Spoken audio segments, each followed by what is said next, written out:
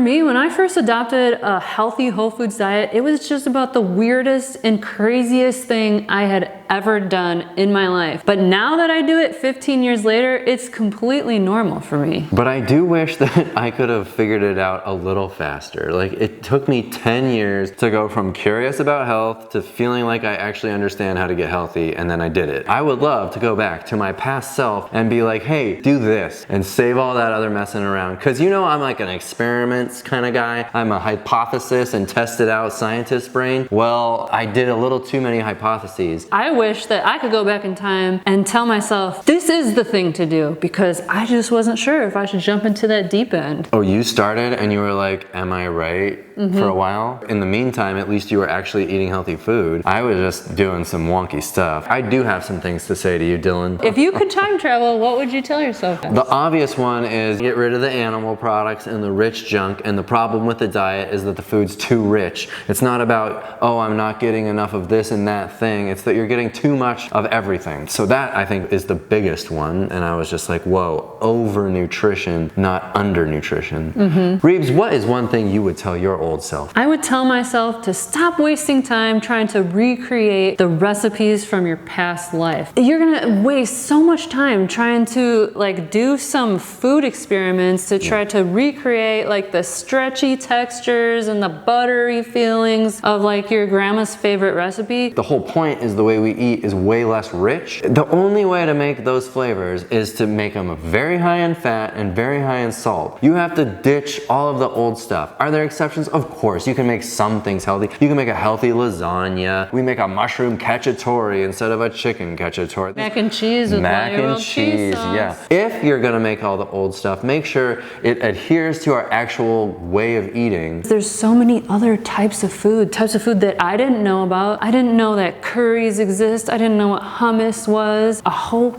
big, beautiful world was uncovered to me. Give us another thing, Reeves. What would you tell your old self? I would promise my old self, I would get down on my knees and beg my old self to understand that your taste buds will change. And the food that might taste a little bland, a lot bland, on day one is gonna taste incredible. All the people that doubt this way of eating and they think that it's boring, they don't understand that we're fully enjoying the food and that we're not depriving ourselves at all. Our food tastes delicious. And that there's more to satisfaction from a meal than just the flavor. Also, it's how you feel after. And I didn't realize this before because I didn't know I felt so terrible after a meal. The food not only tastes good after a little bit of time as your taste buds adjust, you feel better from it, you get all this energy. Like, that whole experience is going to feel so worth it. Don't worry, you're not depriving yourself of this, that, and the other. You're doing something that you're gonna ultimately want way more than all of the other eating. I know it sounds crazy if you're just getting started. You're like, oh, I can't eat this, I can't eat this, I can't. You're not gonna want to. Every aspect of your life is better when you're eating the healthy food. So yes, it starts with the taste buds, but it becomes so much more. It could be more than just the taste buds for you. If you're used to eating not that healthy of a diet, maybe you're drinking a lot of caffeine, a lot of alcohol, you might feel pretty bad for, you know, a week or two when you gut switch adjust, over. gas, things like that. Yeah, and you might feel like, I really don't feel so good. I really want to go back to Dunkin' Donuts and get my egg sandwich, and then I know I'd feel better. But it's such a short-lived period of time that will end. When you go away from the healthy food, you're gonna feel the bad stuff, the gut problems, all these things, and then you're gonna be like, yeah, I wanna stick with the good food. I got another thing I would tell you, Dylan, in your past, is that simple is way more sustainable. It took me some time to figure this out. I was doing the whole get a bunch of elaborate recipes, all these other cooking techniques Hoarding and cookbooks. stuff. Many ingredients and hard to find ingredients. It was also foolish because the way that we really eat is so much simpler, and when you do adhere to these simple rules like the Well Your World recipes, it's so much more sustainable. I was hitting burnout at the beginning. I was like doing it, but then I was like, man, this is too much work, and then I would go and I'd eat junk, and then I'd have a hard time getting back into the I'm gonna try it again thing. Simple is also the most doable and sustainable. I know it sounds obvious, but it's not just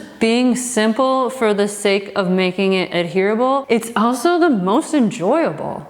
People love simple recipes on this way of eating. You do have to retrain your brain away from the conventional dinner plate like you're used to in a restaurant. So simple in that way confuses people, or they think if you make a big pot of stew, well, that's only supposed to be your like opening course, and you should have an entree and sides and all this. It is weird at first to go away from that, because most of our meals are like one thing, a lot of it. You know, the mac and cheese we talked about, the lasagna. 4 of us and our kids are 1 and 3. We'll eat a whole casserole dish of lasagna in one night. Shepherd's pie. Now we're talking about recipes that we did recreate in a healthy way, but so simple. Like, watch our videos. So simple. And then you're like, boom, click. This is the way to eat. Why would I make every eating experience this like elaborate multi items on the table experience when it can just be like, there's the pot, there's your bowl, fill it up, I'll meet you at the table, let's rock and roll. And then when you're done that, go do it again. And then I do it 4 more times and I'm stuffed, silly, and I'm like, whoa, that was a really satisfying meal. Now I feel ready to take on anything. The other thing that I would tell my past self is that you aren't going to get a lot of support from your normal relationships in your life. They don't want you to make this change. They don't want you to get healthy and leave them in their dust. They don't want to think that they have control over their health. They don't want to be told that what they're doing is not the right thing. Know that it's going to be a little bit lonely as you start to figure out how to navigate this and deal with the dramatic lifestyle changes that you've made and your friends or family have not made. This is a huge one I would tell my past self too, because I was so young and naive and inexperienced at the time that I found this information that it was just a given to me that everyone would want to know it. So I was just trying to convert all of my loved ones. I'm like, oh my gosh, I just found out this really cool thing. It came from a place of love. Come on this journey with me because I feel like I found the answer. And I tried to convert my friends. It didn't go well. I would go back and tell myself, it's not worth it. Lead by example. If they want to come to you and ask what you're doing and they genuinely are interested, go right ahead and tell them. Don't push it on people. It really surprised and shocked me that people wouldn't want the key to a healthy lifestyle, but they didn't.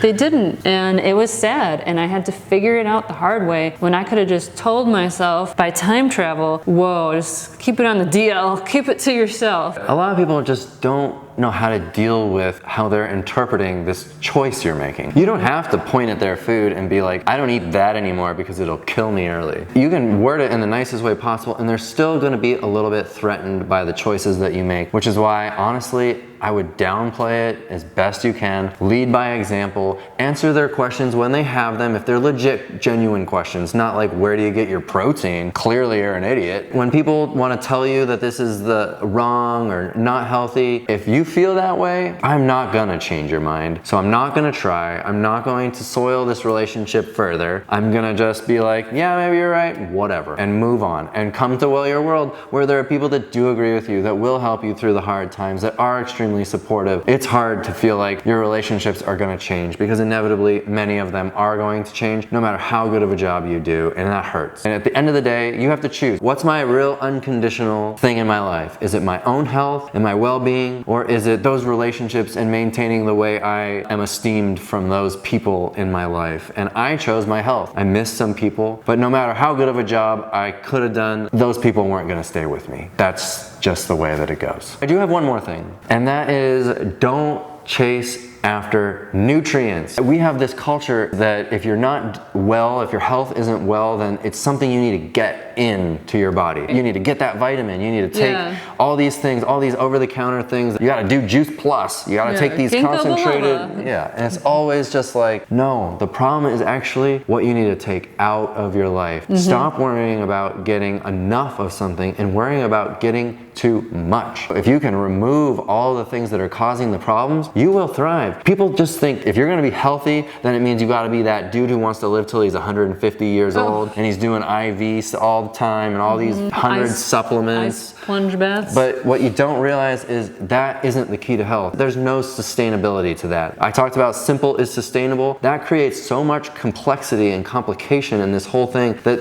you cannot hold true to that unless it's your deep passion. You have to love that so much. And most of us absolutely don't. I have we're just no trying interest. to get through the day. Remember that this is more about what to remove from your diet. Remove the rich animal products, remove the salt, the oil, the sugar, the processed white flour, and all of the garbage stuff. Don't worry about, am I getting enough of fill in the blank, because you probably are, as long as you eat whatever your normal feeling full and satisfied number of calories in a day of whole natural foods. Are there exceptions? Sure, there are exceptions for everybody, even the people that are chasing after all of the nutrients and the vitamins. I started out in that mindset too, and it was just way too hard because I set the bar way too high, and little did I know that all I had to do was eat some potatoes and beans and vegetables. And don't it's feel really simple. And don't feel bad because you skinned your potatoes, you know what I mean? Yeah. We still get people that they're eating a healthy food, they've eliminated all the garbage, but they're still chasing after nutrients. Oh, I can't, it hurts me to watch you peel those potatoes because all the nutrition's in the potato skin. And I'm like, well, if the potato peels are so healthy, why don't they just sell them that way in the grocery store? Just peels and peels of dirty potato skins in a bag. They don't. Perfectionism, nutrient chasing, I call it, only gonna get you into trouble. Because they're making it way harder than it needs to be. If you're just starting out on this lifestyle, I hope this video helps you. And if you've been doing this for a while, what are some of the things that you would tell your past self? Leave it in the comments below.